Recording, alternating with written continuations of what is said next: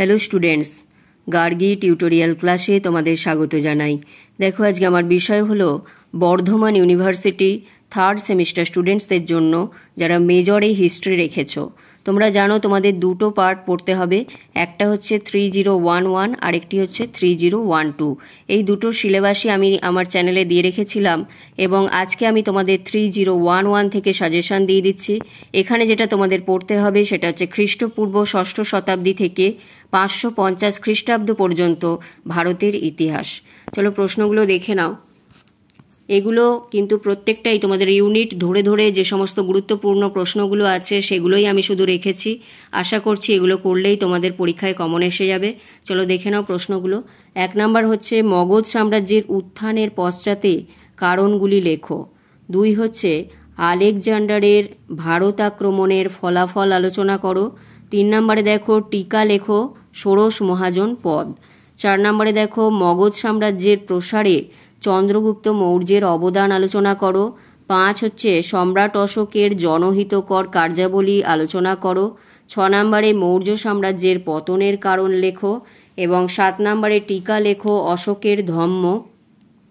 8 নম্বর দেখো কনিষ্কের কৃতিত্ব আলোচনা করো। 9 নম্বর টিকা লেখো গান্ধার শিল্প এবং মথুরা শিল্প। 10 নম্বরে দেখো গুপ্ত যুগকে সুবর্ণ যুগ বলা যায় কি না যুক্তি দাও। 11 নম্বর সমুদ্রগুপ্তের কৃতিত্ব আলোচনা করো।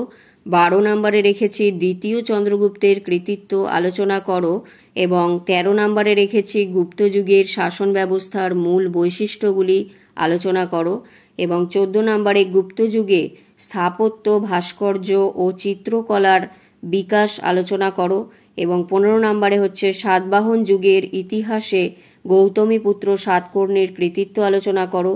তারপরে 16 নম্বর দেখো গুপ্ত যুগের বিজ্ঞান চর্চা ও চিকিৎসা শাস্ত্রের অগ্রগতির বিবরণ দাও। এটা বিজ্ঞান চর্চা ও প্রযুক্তিবিদ্যাও হতে পারে বা বিজ্ঞান চর্চা বা চিকিৎসা শাস্ত্রও হতে পারে। এরপর দেখো 17 নম্বর হচ্ছে সম্রাট স্কন্দগুপ্তের কৃতিত্ব আলোচনা করো। এগুলো থেকে অনেক রকমভাবেই ঘুরিয়ে ফিরিয়ে প্রশ্ন ছিল। আমি কৃতিত্বগুলো দিয়েছি তার কারণ এর ভিতর থেকে যাই প্রশ্ন আসুক তোমরা সেগুলো করে ফেলতে পারবে, তাই কম প্রশ্নের মধ্যে দিয়ে দিলাম 17টা। এই 17টা করলেই আশা করছি তোমাদের কমন এসে যাবে। তাহলে এগুলো তোমরা এখন থেকে প্রস্তুতি নাও পরীক্ষার, এবং তোমাদের পরীক্ষার আর বেশি দেরি নেই। আর 3012 যেটা আছে সেটাও আমি রেডি করে ফেলেছি, সেটা আজকে আমি তোমাদের দিয়ে দেওয়ার চেষ্টা করব। এটাই বললাম যে তোমরা চ্যানেল ফলো করো এবং এই প্রশ্নের উত্তরগুলো করে যাও, আশা করছি তোমরা কমন পেয়ে যাবে। তাহলে এই বলে ভিডিওটি শেষ করলাম। যদি ভিডিওটি গুরুত্বপূর্ণ মনে হয় তাহলে একটি লাইক করে দিও, চ্যানেলে নতুন হলে সাবস্ক্রাইব করে নিও এবং বন্ধুদের মধ্যে অনেক অনেক শেয়ার করে দিও। দেখা হচ্ছে পরবর্তী ভিডিওতে।